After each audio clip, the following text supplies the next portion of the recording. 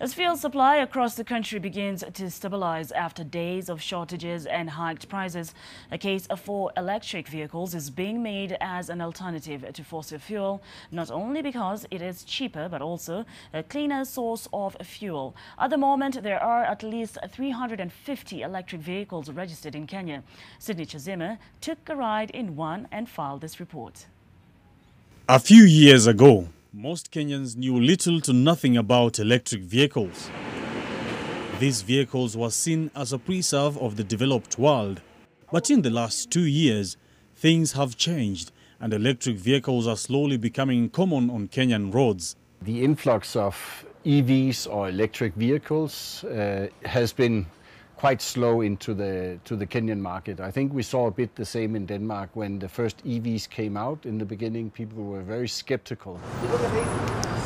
But with the fuel crisis witnessed across the country in the last week, attention has started shifting towards alternative means of powering vehicles as opposed to the traditional fossil fuels. But just how efficient are the electric cars? In terms of efficiency and cost effective, they are getting there. I think in the beginning the prices of the EVs were relatively high compared to other cars, but now the prices are coming down.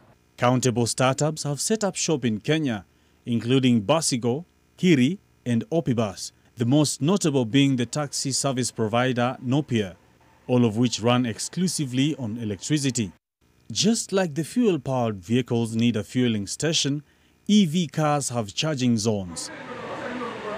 Currently, there are charging stations installed for the public in parts of Nairobi, including one at the Two Rivers Mall, the Hub Karen, and Thika Road Mall. Alternatively, one can also set up a charging station in their home. This is basically how you fuel the car.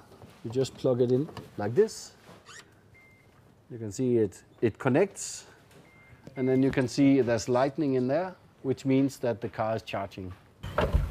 We took a ride inside the EV. There are varying sets of kilometers that each model of EV can cover in one full charge. There are those that only cover around 100 to 150 kilometers when fully charged. Other models cover up to 450 kilometers. In total, this car can go 400 kilometers on one charge.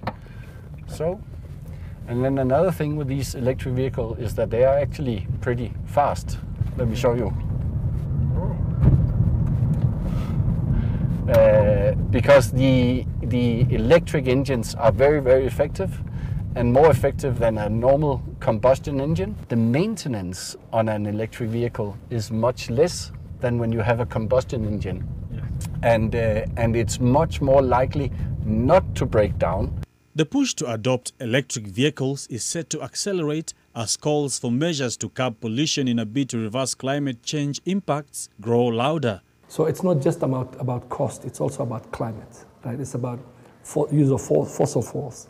It's about what we're doing to our climate and what we're doing with global warming in the big picture. Calls on government to facilitate ease of EV cars into the market are also intensifying. It's all a matter of making sure that the right policies are in place. That means in terms of prices and taxes, regulation, but also facilitate that the charger stations are in place.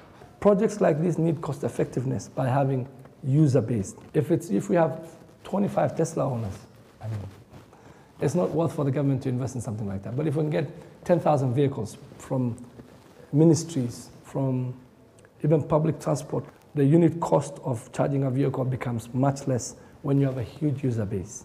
Sydney Chazima, NTV.